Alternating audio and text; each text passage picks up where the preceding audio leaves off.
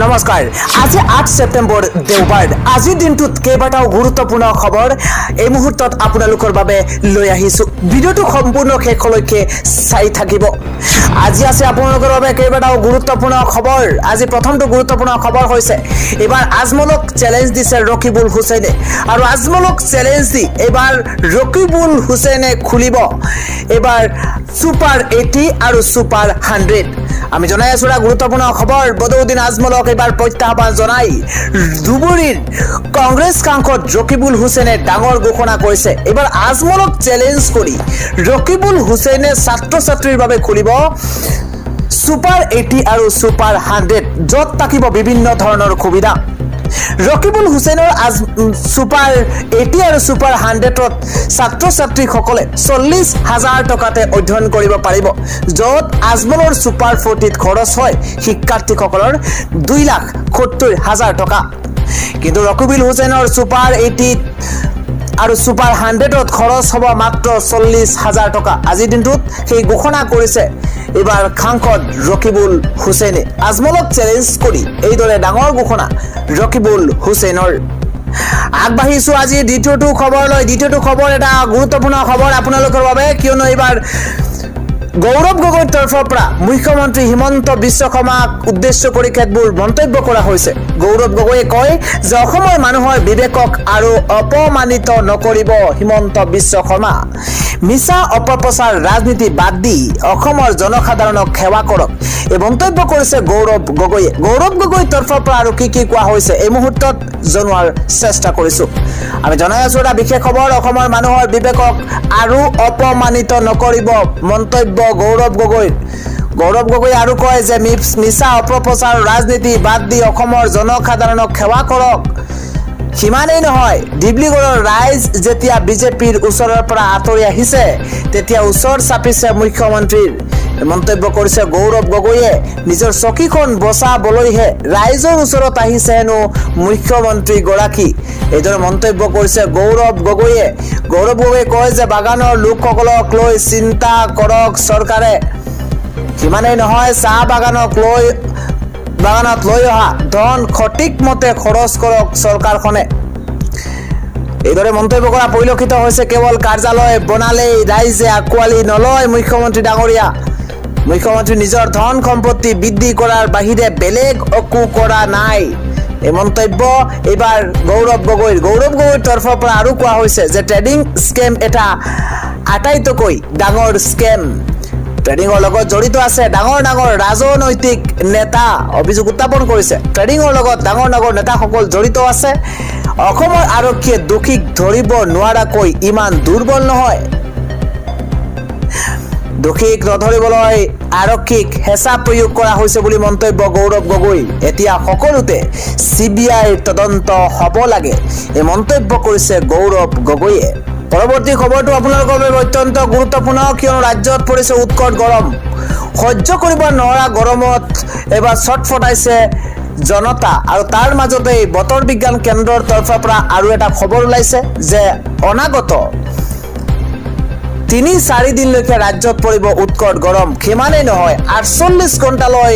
সাৱধান হৈ থাকিবৰ কাৰণে বতৰ বিজ্ঞান কেন্দ্ৰৰ তৰফৰ পৰা আহ্বান জনোৱা হৈছে আমি সেই খবৰটো সবিস্তাৰে জনাই দিবলৈ চেষ্টা কৰিছো কিয়নো আজি আৰু কাইলৈ পৰাপক্ষত আপুনি ঘৰৰ পৰা নোলাব কিয়নো উৎকট গৰমে অধিক দহিব ৰাজ্যবাসীক আৰু গৰমে ভংগ কৰিছে সকলো অভিলেখ অসহ্যকৰ গৰমে খন্ত্ৰাস চলাব আগন্তুক 5 দিনলৈ যেহেতু আগন্তুক 5 দিনলৈ ৰাজ্যত কোনো ধৰণৰ বৰষুণ নহয় আৰু সেইবাবেই অস্বাভাৱিক তাপমাত্ৰা 3 পৰা 5 ডিগ্ৰীলৈ বৃদ্ধি হৈছে এটা ব্ৰেকিং নিউজ জনোৱাৰ চেষ্টা কৰিছো প্ৰতিদিনে অত্যাধিক গৰমৰ আগজাননী দিছে বতৰ বিজ্ঞান কেন্দ্ৰই আৰু বতৰ বিজ্ঞান কেন্দ্ৰৰ তৰফৰ পৰা ৰাজ্যৰ প্ৰতিখন জিলালৈ এলাৰ্ট জাৰি কৰা হৈছে 13 সেপ্টেম্বৰ পৰ্যন্ত ৰাজ্যত কোনো ধৰণৰ বৰষুণ নহয় ইতিমধ্যে বতৰ বিজ্ঞান কেন্দ্ৰৰ তৰফৰ পৰা সেই আগজাননী প্ৰদান কৰা হৈছে 13 সেপ্টেম্বৰ পৰ্যন্ত ৰাজ্যত কোনো ধৰণৰ বৰষুণ নাই আজি দিনটোৰ আটাইতকৈ গুৰুত্বপূৰ্ণ আন এটা খবৰ হৈছে আজি লক্ষ্ণৌত ভাঙি পৰিছে এটা বহুমহলীয়া অট্টালিকা যি অট্টালিকা খহি পৰাৰ পিছতে 8 বহুকেইগৰাকী লোকৰ মৃত্যু হৈছে এতিয়া 8 জনলৈ বৃদ্ধি পাইছে মৃতকৰ সংখ্যা আৰু আহত হৈছে প্ৰায় 28 গৰাকীকৈ লোক লক্ষ্ণৌত সংঘটিত হৈছে ভয়ংকৰ ঘটনা একটা প্ৰকাণ্ড অট্টালিকা তাজপাতৰ দৰে খহি পৰিছে আৰু তাৰ পিছতেই 28 গৰাকীকৈ লোকৰ গুৰুতৰভাৱে আহত হৈছে আৰু তাৰ পিছতেই 8 গৰাকীকৈ লোকৰ কৰুণ মৃত্যু হোৱাৰ খবৰ এতিয়া পোহৰলৈ আহিছে পৰৱৰ্তী আন এটা গুৰুত্বপূৰ্ণ খবৰ দিব বিচাৰিছো ৰাজ্যত নোহোৱা হ'ব অবৈধ অনুপ্ৰৱেশকাৰীৰ সমস্যা আজি সেই মন্তব্য কৰিছে ৰাজ্যৰ মুখ্যমন্ত্ৰী গৰাকীয়ে আৰু কি কৈছে এই মুহূৰ্তত জনোৱাৰ চেষ্টা কৰিছো ৰাজ্যত নোহোৱা হ'ব অবৈধ অনুপ্ৰৱেশকাৰীৰ সমস্যা গৃহ বিভাগে জাৰি কৰিছে কঠোৰ নিৰ্দেশ এটা অত্যন্ত গুৰুত্বপূৰ্ণ খবৰ অবৈধ অনুপ্ৰৱেশকাৰীৰ বিৰুদ্ধে কঠোৰ হ'বলৈ সীমান্ত আৰক্ষীক নিৰ্দেশ দিছে চৰকাৰে সামাজিক মাধ্যম যোগে এই কথা জনাইছে ৰাজ্যৰ মুখ্যমন্ত্ৰী হিমন্ত বিশ্ব শৰ্মাই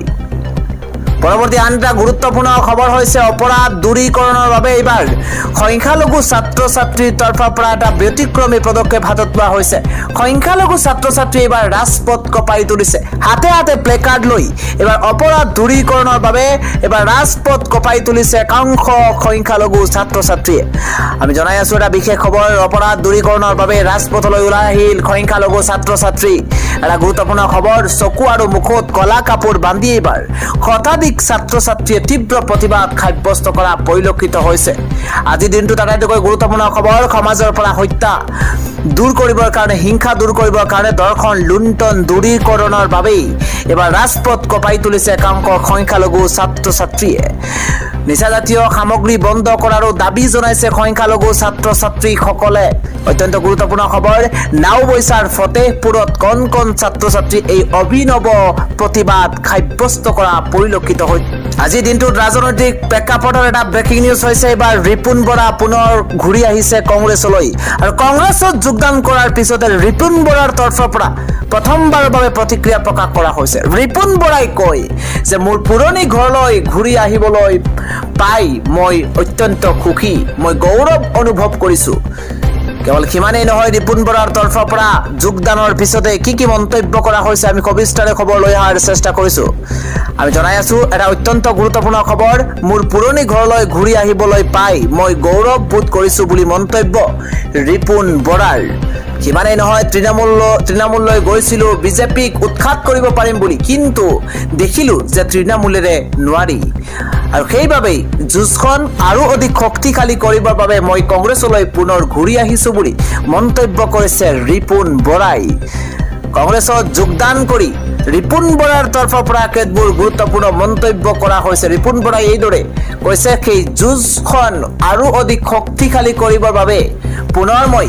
কংগ্ৰেছলৈ ঘূৰি আহিছো এইদৰে কংগ্ৰেছত যোগদান কৰাৰ পিছতে ৰিপুন বৰাৰ তৰফৰ পৰা কেতবোৰ তাৎপৰ্যপূৰ্ণ মন্তব্য কৰা হৈছে